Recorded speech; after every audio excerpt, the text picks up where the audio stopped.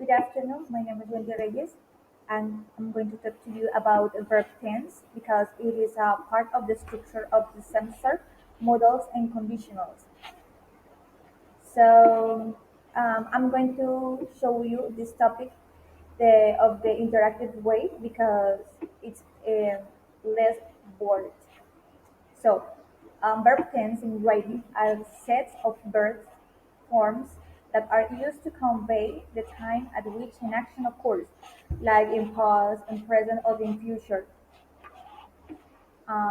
This is the way that you can to do sentence or grammar in the different topics in the different grammatical times. So this tenses structure is basically the order which the components go in a sentence. So, like in simple and continuous and perfect simple and perfect continuous, um, keep it on mind the grammatical time, past, present, and future. So we're talking subject, objects, verbs, auxiliary, verbs, etc. The structure tells the reader, listener, which tense the sentence is in past and present or in future. So the modal verbs could be uh, different words that announce mm, context or in different actions in a sentence. So, example of modal verbs. Can. This sentence.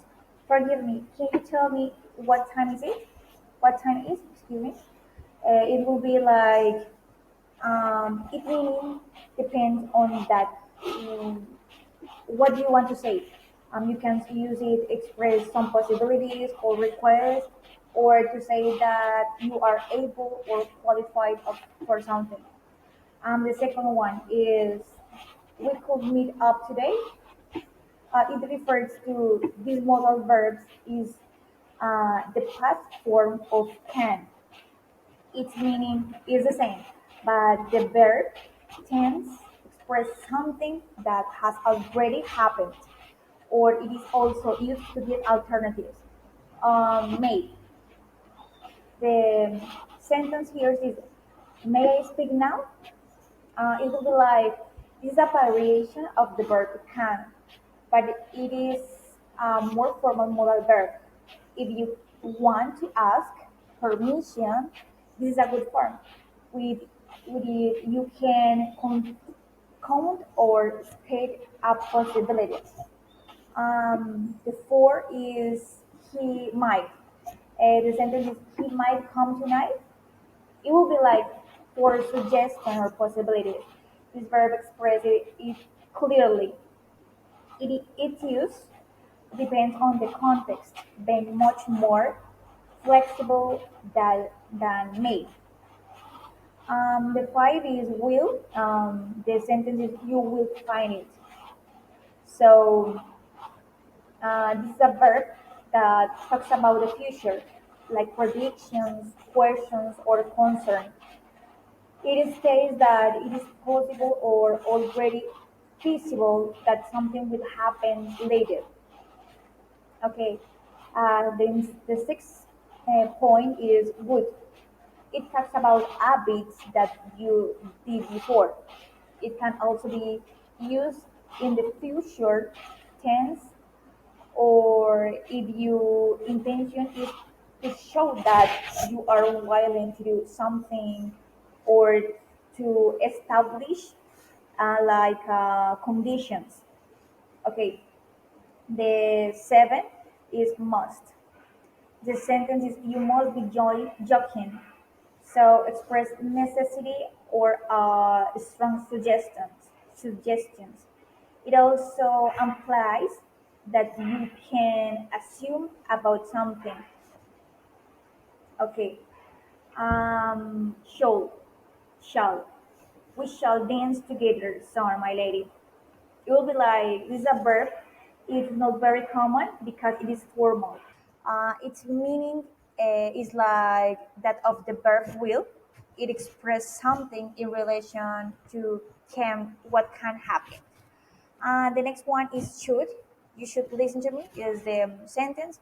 It is used to give advice, make or ask for suggestions, opinions, or actions, or to generate a certain level of expectation about something in the future. The last one is ought to. I ought to practice more piano. It's not very often that you come across this verb. However, its meaning is as similar to that of should. Okay, I'm going to pass pass to the form of use of these conditionals. Okay, in the case of zero, the zero conditional structure is the easiest because we have the if with present simple, and the result it is with present simple, like it's here. We use it to talk about real facts that are always like that. For example, scientific evidence, excuse me, that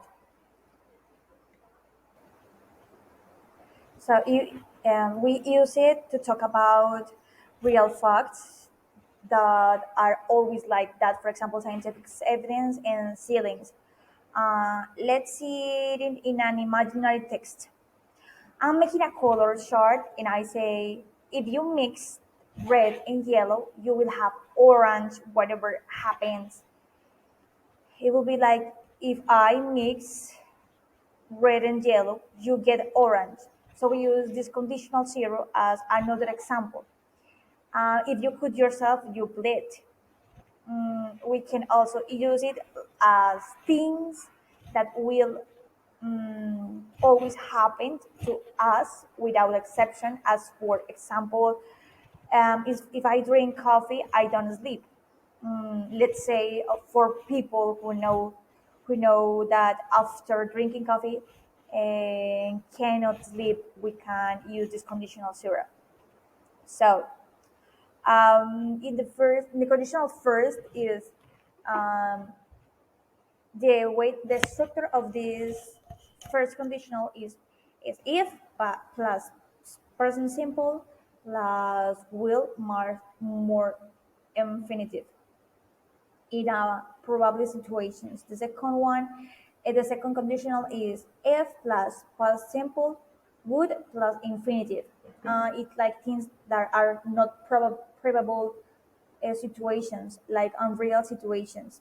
In the third conditional is like is if plus past perfect, had plus verb in third person. It plus would have plus verb in third person. So um, take notes. In zero is if present simple, conditional present simple, always. The first conditional is present simple, will plus verb in a probable situations. Two past simple, two conditional past simple, if I were you, would plus verb. And third, past perfect, had plus verb plus ed, and the verb in the third person would have plus verb ed added to the word, and verb in third person. It's a pleasure to be here. I'm going to show you a little game, but I don't know if we have time. I'm going to show you this presentation through a link to have this journal game to practice your knowledge about modal verbs. Mm, it will be like in a word. Thanks for watching and see you later.